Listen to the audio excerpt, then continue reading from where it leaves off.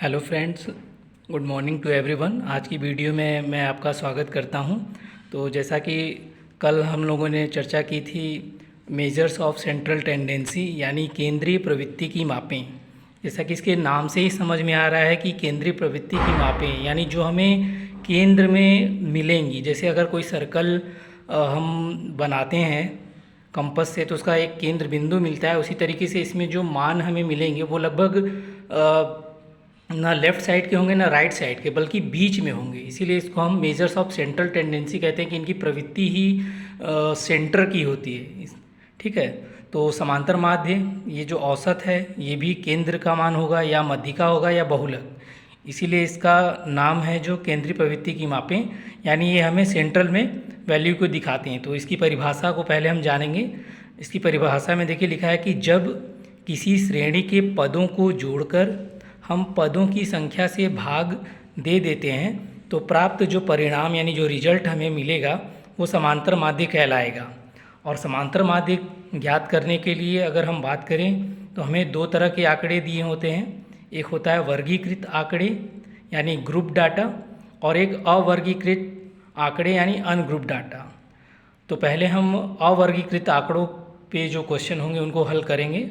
और ungroup data जो होता है कि जो रैंडम ऑर्डर में मतलब कुछ भी किसी की हाइट है, किसी का मार्क्स है, कुछ भी हम डेटा कलेक्ट करते हैं और वो रैंडम ऑर्डर में होते हैं, तो हम उनको अवर्गीकृत आंकड़े कहते हैं।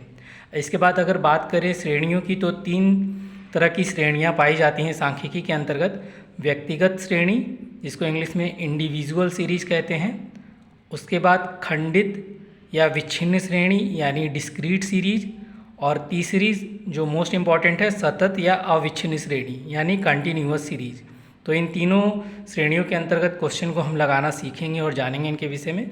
तो सर्वप्रथम व्यक्तिगत श्रेणी यानी इंडिविजुअल जो सीरीज होती है उसमें नॉर्मली बस आंकड़े अनग्रुप डेटा टाइप के होते हैं और एक ही डाटा दिया होता है। ठीक है, और इसमें जो समांतर माध्य ज्ञात करने की दो विधियाँ होती हैं, एक डायरेक्ट मेथड और दूसरा लघु विधि यानी शॉर्ट मेथड। तो पहले आज हम बात करने वाले हैं डायरेक्ट मेथड की, यानी जो हमारा प्रत्यक्ष विधि होता है। तो ये विधि बहुत ही आसान है और बहुत सरल तरीके से इसको ज्ञात किया जा सकता है। इसको अगर हम फार्मूले के रूप में देखें तो इसको ज्ञात करने का जो फार्मूला होता है समांतर माध्य ज्ञात करने के लिए, समांतर माध्य बराबर पदों का योग बटा पदों की संख्या। इसको फॉर्मूले के रूप में अगर देखें स्टैटिकल लैंग्वेज में, x bar is equal to sigma x upon n। इसको देखिए फिर व्याख्या भी किया गया है जहाँ पे आप देख सकते हैं x बार बराबर समांतर माध्य जिसको मीन डिनोट करते हैं, सिग्मा x बराबर पदों का योग यानी सम ऑफ आइटम्स या टर्म्स, और n बराबर पदों की संख्या यानी नंबर ऑफ आइटम्स और टर्म्स। इस पर बेस्ड एक क्वेश्चन देखिए मैंने लिया है। जैसे एक मासिक परीक्षा में कुछ परीक्षार्थियों के प्राप्तांक इस प्रकार हैं 30, 28, 32, 12, 18, 20, 25, 15, 26 व 14। अब इससे हमें ज्ञात करना है समांतर माध्य। तो समांतर माध्य ज्ञात करने के लिए मैंने अभी आपको बताया कि इसका सूत्र होता है x बार बराबर सिग्मा x अपॉन n। तो इसके लिए देखिए जितने भी पद हैं 30 plus 28 plus 32 plus 12 plus 18 plus 20 plus 25 plus 15 plus 26 plus 14, इनको जब हम सम करेंगे तो ये मिला के 220 आता है। और पद कितने हैं, जैसे हम इनको काउंट करेंगे ये पद कितने हैं इनको, तो ये 10 आ रहे हैं। तो यहाँ अपॉन में देखिए 10 लिखा गया है, पदों का योग बटा पदों की संख्या। तो फिर हम 10 से इसे भाग दे देंगे तो ये हमें समांतर माध्य जो निकल के आया वो 22 है। ठीक है गाइज, आई होप आपको ये क्वेश्चन समझ में आ गया होगा।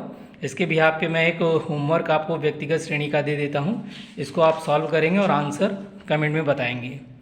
समांतर माध्य की गणना करनी है आपको, और इसमें जो आंकड़े हैं वो इस तरीके से हैं 154, 155, 167, 161, 160, 165, 164, 181, 155 और 168। इसका आंसर आप लोग कमेंट में बताएंगे। Thank you. अगली वीडियो में मिलते हैं अगले क्वेश्चन के साथ।